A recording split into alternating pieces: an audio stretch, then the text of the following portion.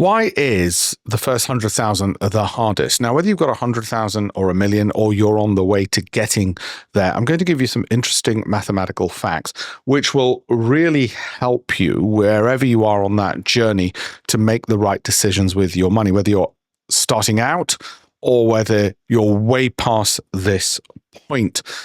And what's interesting is people think they know a lot about this, and they've got their opinions, but actually very often they're wrong. You've probably heard the saying, money makes money, the rich get richer, but let's actually break that down and look at why that might be the case. And let's look at some of the very specifics on that. Okay.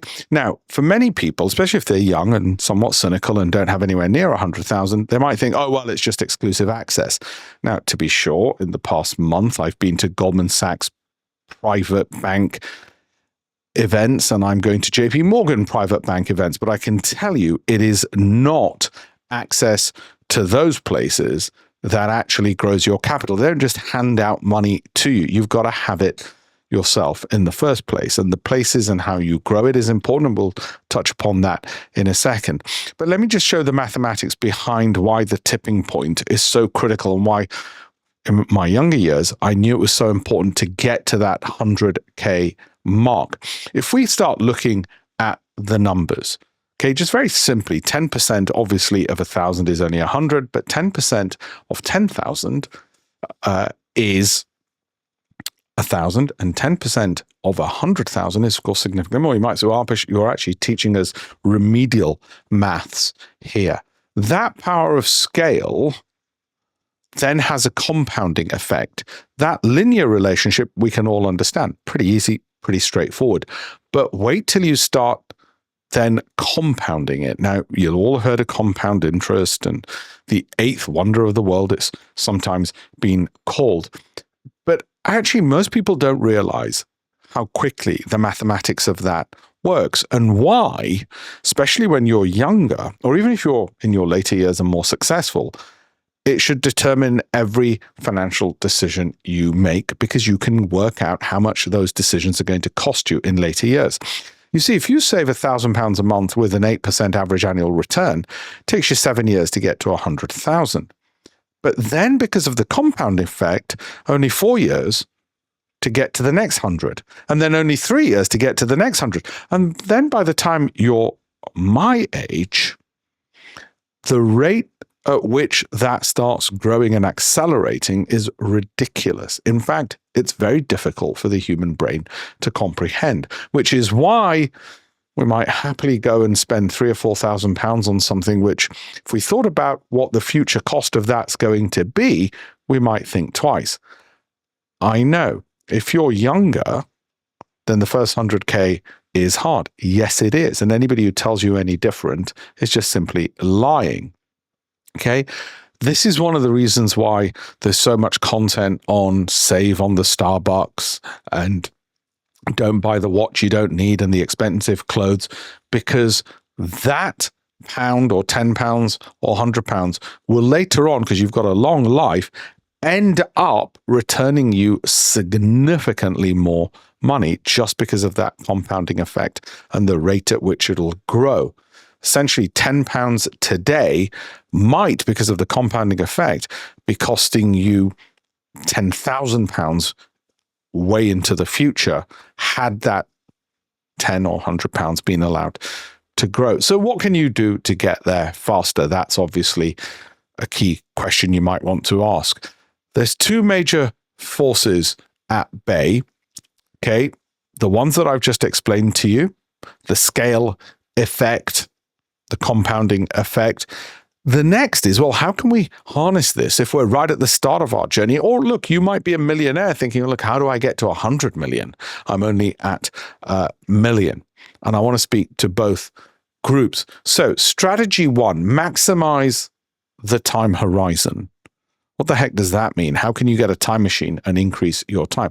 Let's look at this example. If you've got a salary of $60,000, if you're investing 20%, i.e. $12,000 a year at an 8% return, after 23 years, you got $730,000. But if you just had 4 more years, you've got a lot more. If you take that money out sooner, in other words, or if you save less or you have a weaker return because you haven't invested, for instance, in the stock market as somebody like me does, then you're missing out in 4 years on $250,000 or whatever the number for you might be.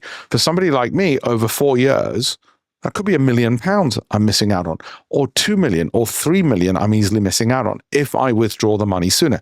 Now that leads to a bigger problem, which is if you're at the end of your journey as opposed to the beginning, you might think, well, what's the point of all this money if I'm never going to spend it? And equally, if you're at the start of your journey, you might be thinking, well, I want to have fun with my life. Of course, you've got to balance the present with the future.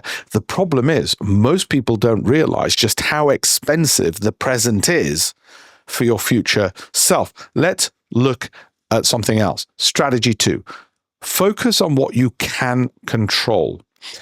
There's 2 things here you can control. You're often told your contribution rate is the only thing you can control, the amount of money you put in.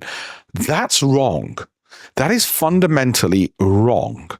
Okay, it is not the only thing. Yes, if you can find an extra little bit to contribute each month, that can give a significant return over the longer term.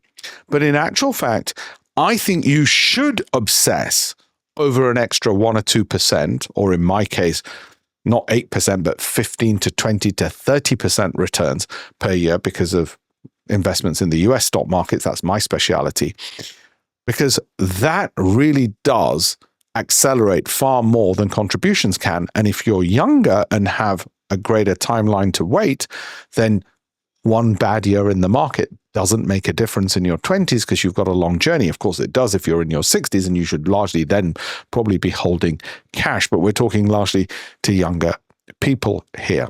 So do focus on rate of return and contribution, not just one of those alone. Okay, I want to show you an example. Bar A, the baseline, $200 a month at 10% return. Bar B, chase higher returns, $200 a month at 12% return. Bar C, double your contribution, $400 at 10%. You might think, well, hang on, I can have a lower return and just save more. That is actually what the fund managers and the accountants and everybody else wants you to do, because they earn more fees if you give them more money, more of your savings.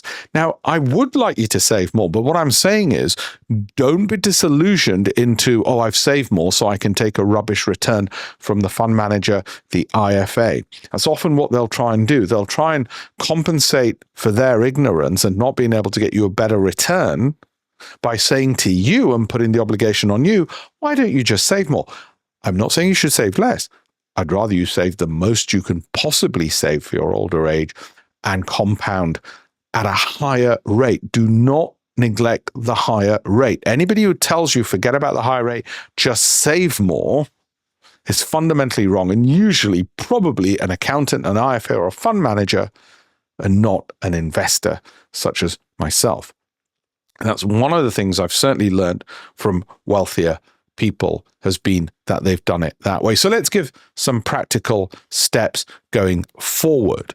In your younger years, you'll have active income. You'll look to grow that through your career, maybe through a side gig, salary negotiation.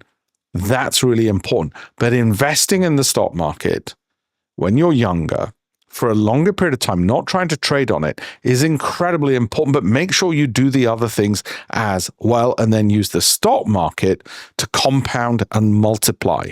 Whether that is an index tracker or exchange traded fund, look those things up. I've written about them in my Financial Times columns, in my various books. Have a look at campaignforamillion.com if you want free education on how to invest better.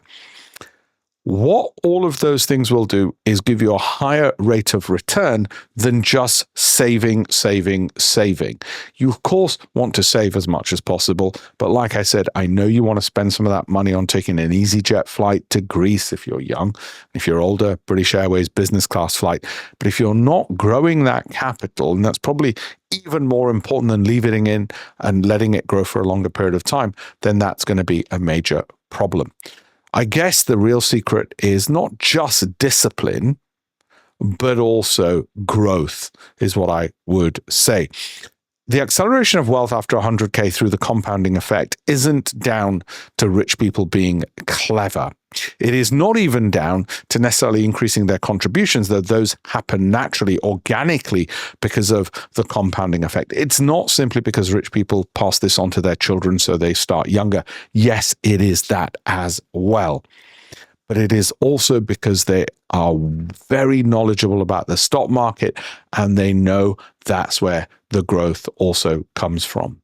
Let me summarize everything for you. You might want to take a screenshot of this or an image of this in one go, which is, if you're older, pass this legacy and education on to your children. Like I said, have a look at campaignforamillion.com. There's a ton of free resources there. If you're younger, don't just look to save, but keep an eye on those returns. Make sure you make the IFA, wealth manager, fund manager, whoever it is, sweat for their returns. Fund managers underperform. That's been well documented. So don't just trust a stockbroker who wants to sell you a fund. I suggest you learn how to invest yourself. For me, my first column in the Financial Times when I was 29 was about how I'm buying only US equities. This was back in 1999.